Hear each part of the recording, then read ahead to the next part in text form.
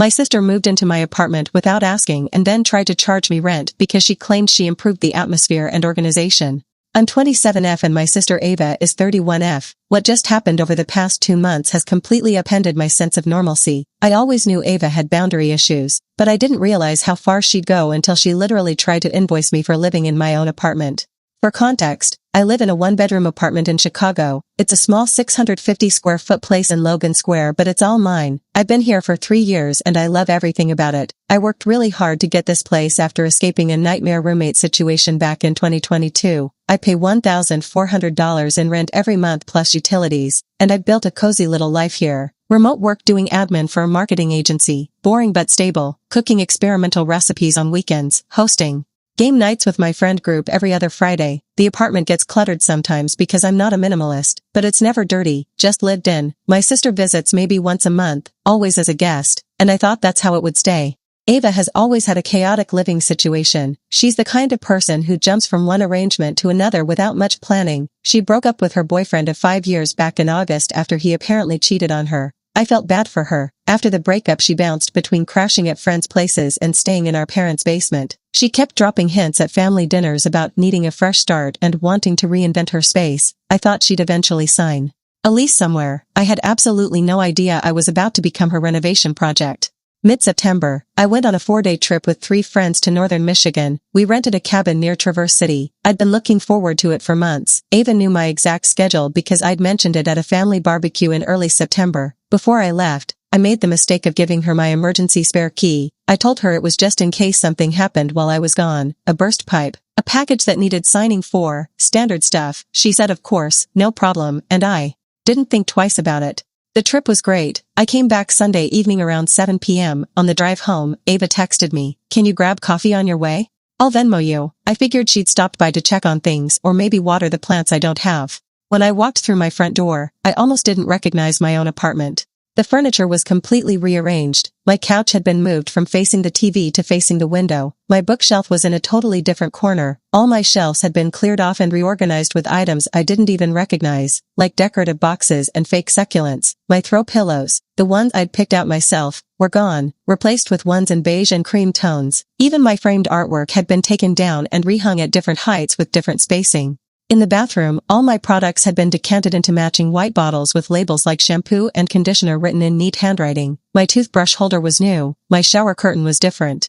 The kitchen was spotless, but half my snack cabinet was empty. My mugs were rearranged by size instead of the random way I like them. There were unopened Amazon boxes stacked neatly in the corner near the door, and a small stack of organizational books on my coffee table. Ava was standing in the kitchen holding a mug of coffee, wearing my bathrobe. She saw my face and immediately said, "Okay, don't freak out, but I had so much energy this weekend and I really wanted to help you out." She walked me through all her improvements, pointing out how much more open the space felt now, how she'd color-coordinated my books by spine, how the whole vibe was calmer and more adult. Then I noticed her suitcase sitting by the door, along with 2 duffel bags and a box of shoes. I said, "Did you stay here?" She said, "Yeah, I crashed here a couple nights. I hope that's okay. I just needed somewhere quiet to think after everything with Derek." I was completely stunned. I didn't know what to say. Part of me wanted to scream, but another part felt bad because she'd just gone through a breakup. I took a breath and said, "Ava, I appreciate that you were trying to help, but I wish you'd asked before changing everything, and I definitely wish you'd asked before staying here." She looked genuinely confused. She said, "But you gave me the key. I thought that meant I could use the space if I needed it." I said, "The key was for emergencies, not for redecorating and moving in." She waved her hand dismissively and said, "Moving in is dramatic. I just stayed a couple nights. Plus look how much better everything looks." I was too tired to argue. I said, "Okay, well, just for a few nights, but I need you to ask me next time." She agreed and said she already had a job interview lined up for that week. I thought this would be temporary. I was very wrong. A few nights turned into a week, then another week. Ava kept saying her interview process was taking longer than expected, or she was waiting to hear back, or she had another lead. Meanwhile, she brought more of her stuff over, more clothes, boxes of books, her plants, even her expensive blender that she insisted on keeping on my counter. I'd come home from my bedroom office to find her taking video calls with clients at my kitchen table. She'd started doing freelance social media consulting apparently, which meant my apartment was her office now. There were always shoes by the front door, her jackets on my coat hooks, her towels in my bathroom. She kept improving things. I'd wake up to find she'd rearranged my kitchen cabinets for better flow, or she'd moved my desk lamp because the lighting was all wrong. One morning I couldn't find my favorite coffee mug and she told me she'd packed it away because it didn't match the aesthetic. She started asking to borrow my car for errands. At first I said yes because I work from home and don't need it much, but then she'd be gone for hours and come back with her own groceries, which she'd put in my fridge, pushing my food to the back.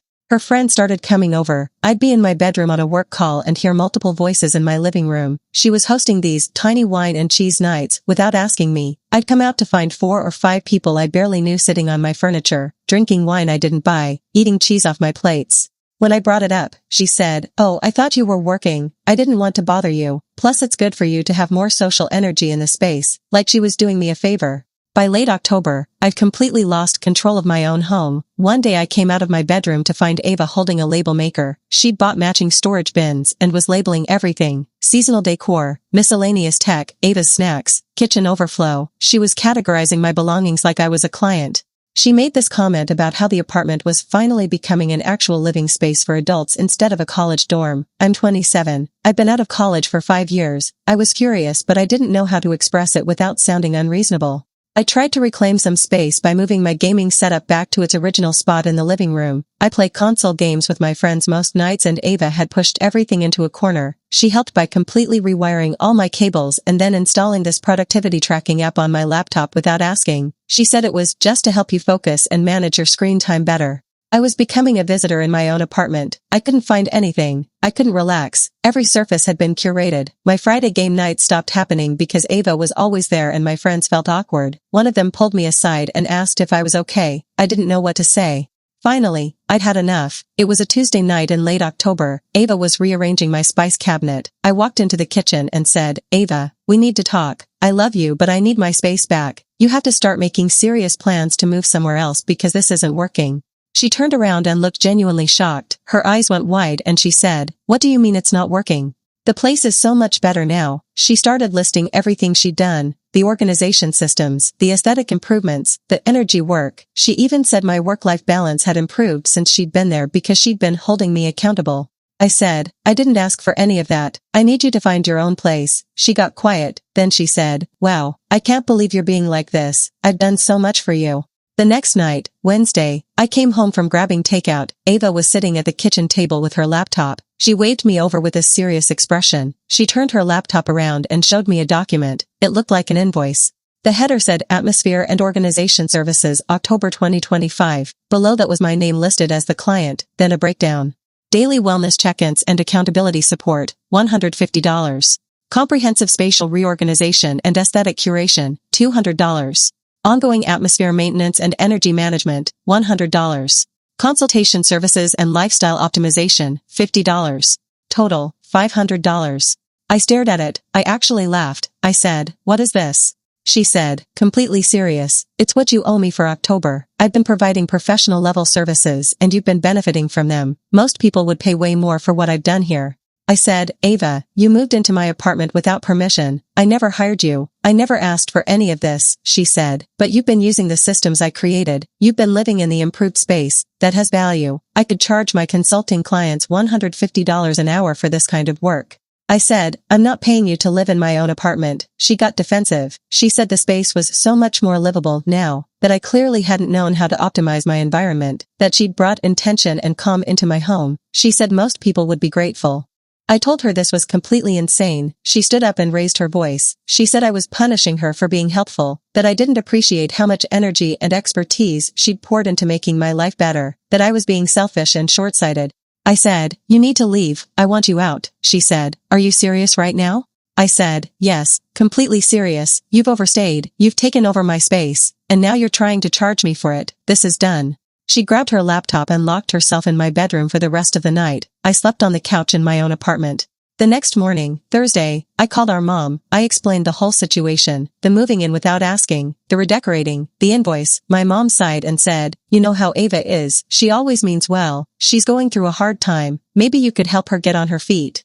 I said, "Mom, she tried to charge me rent in my own apartment. That's not meaning well. That's delusional." My mom said Ava had always been creative and misunderstood, and that family should support each other. I said I'd been supporting her for 6 weeks and it was time for her to support herself. That evening, I sat Ava down. I told her she had 1 week to be completely moved out, 7 days. I pulled up 3 studio apartment listings in her price range and texted them to her. I also sent her the bus schedule for apartment viewings. Ava stared at me like I'd betrayed her. She said, "I can't believe you're doing this." I said, "I can't believe you thought charging me $500 was reasonable." She didn't respond. She just went to the bedroom and started half-heartedly packing. Over the next week, she dragged everything out. She'd move a few items each day but never made real progress. Boxes would shift from one corner to another but never actually leave. She was clearly hoping I'd change my mind. By Friday, I told her if she wasn't completely out by Saturday morning, I'd have the locks changed and put her stuff on the curb. She finally took me seriously. Saturday morning, her friend showed up with a car. I watched from the kitchen as Ava loaded everything into the back seat and trunk, the matching bins, the beige pillows, her clothes, her blender, all of it. She wouldn't look at me. She gave me complete silent treatment. As she was leaving, she put the printed invoice on the counter, this time with a handwritten note at the bottom, "You'll regret not valuing my labor." The door closed, she was gone. I spent the entire weekend putting my apartment back. I threw out all her bizarre labels. I moved my furniture back to where I liked it. I found my missing coffee mug in a box labeled items pending donation. I found my throw pillows stuffed in the back of my closet. I discovered most of my missing snacks crammed under the kitchen sink in a bin labeled unhealthy, hidden. I uninstalled the productivity app from my laptop. I put my books back in the order I preferred, random and personal instead of color coordinated. I hung my artwork back at the heights I wanted. My apartment felt like mine again, quiet and safe and imperfect in all the ways I liked. It's been 3 weeks since Ava moved out. She's barely spoken to me, a few short texts, nothing substantial. My mom keeps hinting that I should extend an olive branch and maybe apologize for being harsh. Meanwhile, Ava's been posting constantly on Instagram, lots of entrepreneur tips and organizational before and afters. She posts these vague stories about people not valuing creativity and the cost of being visionary. A couple of mutual friends have reached out to say I overreacted, because she really did make your place look nicer. Couldn't you have just paid her something? Other friends have told me they completely understand why I snapped. One said Ava tried to reorganize her pantry once without asking and it was a nightmare. Part of me feels guilty for being so direct with her. She is my sister and she was going through a breakup. Another part of me is still furious that she thought any of this was okay, that she violated my space and then tried to profit from it. Ava's acting like I wronged her, like I'm the villain in her story. Some days I wonder if I should have just compromised, paid her something small to keep the peace. Other days I'm relieved she's gone and angry that I'm even questioning myself. So, am I wrong for kicking my sister out after she tried to charge me rent for organizing my apartment without my consent? Update, 1 week later. I didn't think I'd need to update this quickly, but Ava escalated and I need to vent. 3 days after my original post, I got an email from Ava. The subject line was Outstanding Service Debts Final Notice. I opened it and my jaw dropped. It was a formatted invoice template, the kind you'd get from an actual business. At the top it had her name and Ava Chin Consulting Services. Below that was my full name listed as the recipient, then an itemized list. Spatial Reorganization Services, 40 hours at $35 per hour $1,400. Aesthetic Consultation and Implementation, $300. Ongoing Atmospheric Maintenance, 6 weeks $600. Wellness Coaching and Accountability Check-ins, $200. Energy Flow Consultation and Adjustments, $150. Subtotal, $2,650. Family Discount, 10% minus $265. Total due, $2,385. At the bottom it said, payment due within 15 days, failure to remit payment will result in alternate collection methods. She'd CC'd our mom, 2 of her friends, and, I still can't believe this, my company's generic HR email address that's listed on our website. In the body of the email, she wrote this whole paragraph about how she'd been forced out of unsuitable living quarters after providing professional services in good faith and was now seeking fair compensation for labor and expertise rendered. I was shaking when I read it. The fact that she CC'd my work email was so far over the line. I immediately replied to everyone on the thread. I kept it brief and professional. There was never any agreement or contract for services. I asked you to leave my apartment after you moved in without permission and repeatedly overstepped boundaries. Please do not contact my employer regarding your personal disputes. Then I separately emailed my HR department. I explained the situation, that my sister and I had a family conflict and she'd inappropriately contacted them. They were actually really cool about it. The HR coordinator said, "We get weird stuff sometimes. Don't worry about it." We blocked her email address. She even joked that the energy flow consultation line item made her laugh. But my family's reaction was worse. My mom called me that night. She was crying. She said Ava had called her sobbing, saying she'd poured her creative spirit into helping me and now she was being demonized for caring too much. My mom kept saying, "She's your sister. She's struggling. Why can't you just work this out?" I said, "Mom, she's trying to charge me $2,400 for moving into my apartment without asking. That's not normal. That's not me being mean. That's her being completely out of line." My mom said I was being too rigid and that family should be more flexible with each other. The family group chat exploded. My Aunt Diana jumped in to say that Ava has always had boundary issues and that I had every right to protect my home. My Uncle Frank said family should bend for each other and that I was being unnecessarily harsh. My cousin said I should meet her halfway and pay her something just to end the drama. I muted the group chat. Then mutual friends started picking sides. 2 people unfollowed me on social media. One sent me a long message saying she was disappointed that I took advantage of Ava's generous work and refused to compensate her. She said even if I didn't ask for it, I still benefited from it, so I should pay. Another friend sent screenshots of Ava's Instagram stories. She was posting things like, "Sometimes the people you help the most appreciate you the least," and "Learning to protect my energy from takers," with aesthetic photos of plants and coffee cups. But other friends were supportive. My friend Jenna said, "Ava did the exact same thing to me 2 years ago. She reorganized my bathroom while I was at work and then acted like I owed her. I should have warned you." Another friend Marcus said he'd help me file a restraining order if Ava kept harassing me. The stress got to me. I have anxiety anyway, and this whole situation was making it worse. I talked to my manager and explained what was happening. She approved a temporary work from anywhere arrangement so I could stay with my friend Jenna for a couple weeks, just to get some distance and decompress. Ava went completely silent for about 2 weeks after I replied to her email. No texts, no calls, nothing. I actually started to relax, thought maybe she'd moved on. Then she pivoted to Instagram. She posted this whole carousel of slides with captions like "Releasing ungrateful energy" and "When your gifts aren't valued, take them elsewhere." She talked about toxic sibling relationships and learning to walk away from people who drain you. She's fully committed to this new lifestyle creative consultant persona. Her bio now says spatial wellness expert, energy flow specialist, DM for consultations. She's posting organizational tips and before and after photos. I'm pretty sure some of them are of my apartment, which makes me want to scream. I found out through a mutual friend that Ava's currently renting a room in a house with 3 other women in Pilsen. Apparently she's been picking up organizing gigs on TaskRabbit, helping people declutter for like $40 an hour. At least she's charging strangers now instead of family. My apartment is back to normal. I've reclaimed every inch. I found more of my missing items in the weirdest places. My favorite hoodie was folded in a box labeled outdated textiles. A bag of chips was taped to the back of a cabinet behind the pasta boxes. She'd created this elaborate emergency snack cache that she apparently forgot about when she moved out. I changed the locks last week. Cost me $150, but it was worth it for peace of mind. I gave the only spare key to Jenna. Mom is still texting me every few days saying Ava and I need to work this out. I told her I can't be the only person enforcing boundaries while everyone expects me to be the bigger person. She said, "She's family." I said, "So am I."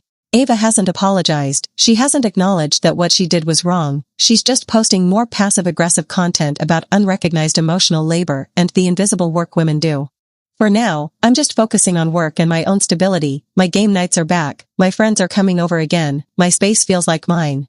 If Ava ever genuinely apologizes and wants to actually talk, I'll consider it, but until then, atmosphere rent adjustment invoice is now a running joke in my friend group. Someone even made me a custom mug that says Energy Flow Consultation, $150 as a gag gift. I use it every morning. Am I still in the wrong for enforcing my boundaries, or should I have been more understanding? Final update, 1 week later. This is my final update because Ava made one last attempt at getting payment and I'm officially done. For days after my previous update, I came home to find a certified letter in my mailbox. It required a signature, which I thought was weird. I opened it and found a multi-page document. The first page was titled Settlement Proposal and Notice of Intent. Ava had typed up this formal-looking agreement where she proposed 2 options. Option A, I pay her $400 immediately and allow her to conduct quarterly ambience improvement sessions in my apartment for the next year. Option B, she would pursue civil action in small claims court for services rendered and breach of verbal agreement. She'd attached printouts of our text messages from when I gave her the emergency key. She'd highlighted the part where I said, "Just in case you need anything," and circled it in red, claiming this was proof of implied consent for occupancy and spatial management services. There were also printed screenshots of the before and after photos she'd taken of my apartment, with notes about documented improvements and measurable value added. The last page had a signature line for me to choose an option and return it to her within 10 days. I sat on my couch and just laughed. It was so absurd, so completely disconnected from reality. I texted my friend whose boyfriend is a lawyer. I sent him photos of the whole packet. He called me an hour later. He was laughing. He said, "This is hilarious and also completely unenforceable. She has no case. You never hired her. You asked her to leave your private residence. She has no grounds for small claims." He said if I wanted, I could send her a cease and desist, but honestly it would probably be enough to just firmly tell her to stop. I drafted one email. I kept it short and clear. Ava, there was no agreement, verbal or otherwise, for any services. You moved into my apartment without permission and I asked you to leave. Future attempts to claim payment or contact me regarding this matter will be documented and forwarded to my attorney. Stop contacting me about this. I didn't CC anyone this time, just sent it directly to her. Her response came 2 days later. She doubled down on social media. She posted a carousel about when family sabotages your potential and recognizing emotional vampires in your inner circle. She never mentioned me by name, but it was obvious. She posted a selfie with a caption about investing energy in people who don't reciprocate and how she was learning to value herself even when others won't. The comments were split. Some people were supportive of her. Others were clearly seeing through it. I didn't respond. I didn't engage. I just muted her on every platform.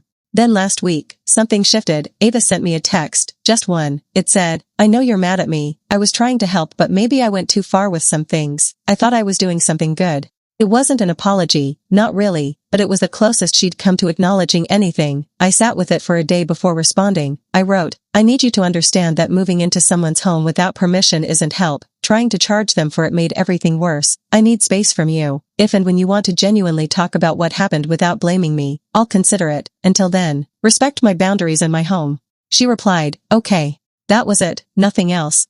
I heard from Jenna that Ava's still in her rental with the 3 roommates. Apparently she's actually doing okay. She's built up a small client base for organizing services on TaskRabbit and Thumbtack. She's making maybe $500 to $800 a month doing it, which isn't enough to live on but it's something. She's also working part-time retail to cover rent.